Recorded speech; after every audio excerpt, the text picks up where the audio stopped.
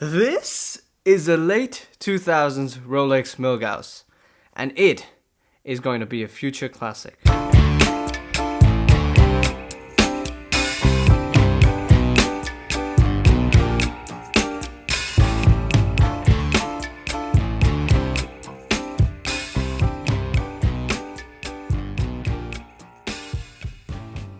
I hope you like that Doug DeMuro reference. If you're a car guy, you'd get it. Big thanks to Ken's Watches for letting me come and film this piece. They're a watch store in Hong Kong, check them out. So in this video, I'm going to go over the specifications of this particular Milgauss, compare it to the other Milgauss, talk about its discontinuation, whether it should have been discontinued, and then we'll go over why this is going to be a future classic, but I think maybe it shouldn't be. So when was this watch made? It was made from 2007 to 2014. It is a Milgauss just like the other Milgausses, so it shares same everything else apart from the dial and the crystal, which we'll get onto later. So what are the dimensions? This watch is 40 millimeters in terms of case diameter. It's 13.3 millimeters thick, so on the thicker side, and it's 49 millimeters from lug to lug. Overall, this wears as a larger watch because it kind of is a larger watch. Even for a 40 millimeter case size, it's a larger watch. It's got the caliber 3131 movement, which was Rolex's mainstay before they introduced the new 3235 and 3230 movements, which they have right now. So this watch, what's special about it? It's a Milgauss. The whole idea behind this watch is based on its anti-magnetic properties.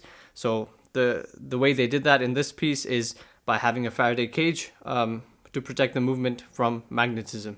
Now this is old school technology, so that's why it's an additional layer of thickness. The case is rather thick for a three-hander especially, and it only offers up to 1,000 Gauss of protection, so it can resist up to 1,000 Gauss. That's magnetic strength. Now that's not impressive today at all. Competitors like Tudor and Omega, well, Tudor is the same, but still they've got METAS certification and offer up to 15,000 Gauss on their basic watches. So let's compare it to the other Milgausses. So we have a black dial Milgauss with a green crystal, and now we have a Z Blue, which is the blue dial Milgauss, again green crystal. And with this watch, during the same production run, there was also another black dial watch without the green crystal. So this white and that black were the only two Milgausses offered without that green tinted sapphire crystal. Now, differences unique to this watch is the white dial, the orange markings on the white dial, and the orange chapter ring. What's common between all Milgausses is that orange lightning bolt seconds hand, and what this is lacking, as I mentioned, is the green tinted crystal. It's got a regular sapphire crystal. Now, this is a key distinguishing factor because a lot of people love the Milgauss for this very particular reason. There's no other watch in Rolex's range with this green tinted crystal, and this is supposed to help with viewing conditions, especially in a technical sense. People do appreciate these watches for being more suited towards scientists or in a lab. So the nerdiness behind it loses some of that without the green crystal. So when was this discontinued? Obviously 2014, as that was the end of its production run. And why was it discontinued?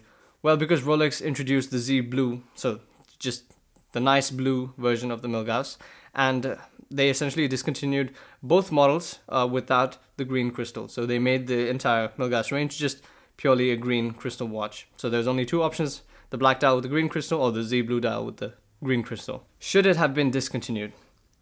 Absolutely. I'm going to be frank. I don't think this watch is really all that aesthetically pleasing, and in terms of dimensions as well, it doesn't wear nicely either. So the aesthetic part is much better on the watches they had up until now, when all the Milgausses were discontinued. It looks great in pictures, perhaps it looks great in this video. I'm kind of selling myself on this watch again while editing this video, but in person it absolutely did not feel that way, and I didn't really appreciate it much at all.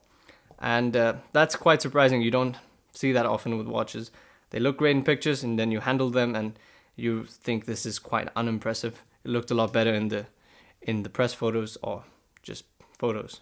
Some things I disliked were the general dimensions of the Milgauss. That's a general criticism for all of them. But in terms of this white dialed version, I don't like the contrast between the white and the orange. I think it's not done well in this watch. It's done perfectly well in the Rolex Explorer 2.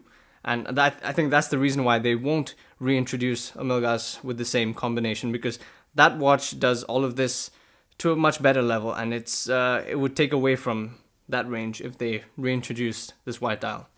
The thing with this dial is the way the orange is laid out, especially in the chapter ring, it's kind of faint, and then from a distance it just looks like a wispy orange smear on a white dial, and any kind of smear looking thing on white does not look good.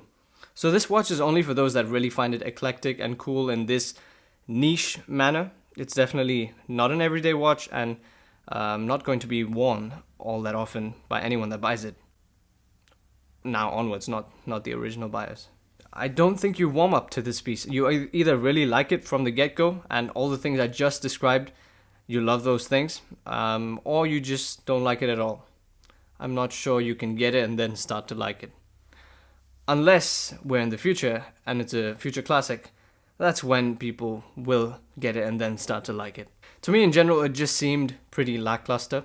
Now, I don't think Rolex should have put a green crystal on this. That's not one of the things, that's not one of my reasonings for it being lackluster. A green crystal on a white dial, that would have been horrendous. This is perfect without it's much better without that crystal. But in general, this color combination, with the size of this watch, so the white in the dial really makes the dial look kind of plain, and it makes you notice all the open space on the dial. Just the color white makes things look bigger, and black makes them look smaller. So for those reasons, you do notice the dimensions of this watch more than you do with the black one, and it's more out of place here. So will Rolex reintroduce it? As I said earlier, they've got the Explorer 2, the polar dial, does all of this much better. So I do not think Rolex will reintroduce a white dialed Milgauss with this orange combination. Maybe a different color perhaps with a white dial, that would be possible. But this exact thing, I don't think they would do that. At least if they did it, they'd do it quite a bit differently. So now onto the aspects that make it a future classic. Now there are two things that make watches desirable in a time period outside of their production. The first is very low production number, so rarity, anything rare, has a higher potential to become desirable, and often that is the case. And the fact that it was unpopular during its time of production. Now these two things combined make something really desirable in the future, make something investment worthy. So these are two things that are going for this watch, because during its production run, it was not really appreciated. And even now, it's not really appreciated. There aren't too many of them. Too many of them were not made or sold. So it's one of the rarest of the Milgauss lot, of the modern Milgauss lot, not the initial ones. So in terms of modern Milgausses, it's got rarity, and it's got the unpopularness during its production run. Anything in this eclectic investment world, whatever, the general saying is that if it was not popular during its time, then it has a higher potential of becoming really popular in the future. But do I think it should be? No, it's not a great watch. I really do not understand why this will. It most certainly will be appreciated, and it will appreciate in value. That will be the case maybe in the near future, maybe in the far future, but definitely that is to come. I think the watch is rare right now only because of how much of a dog people thought it was before when it was being made, and therefore didn't buy it. So beauty is in the eye of the beholder, but in terms of low production numbers, everyone can appreciate that. It doesn't matter how ugly something is, you can always sell it under the guise of rarity. If you're interested in the other Milgausses, like the black one with the green crystal, you should check out my video on it.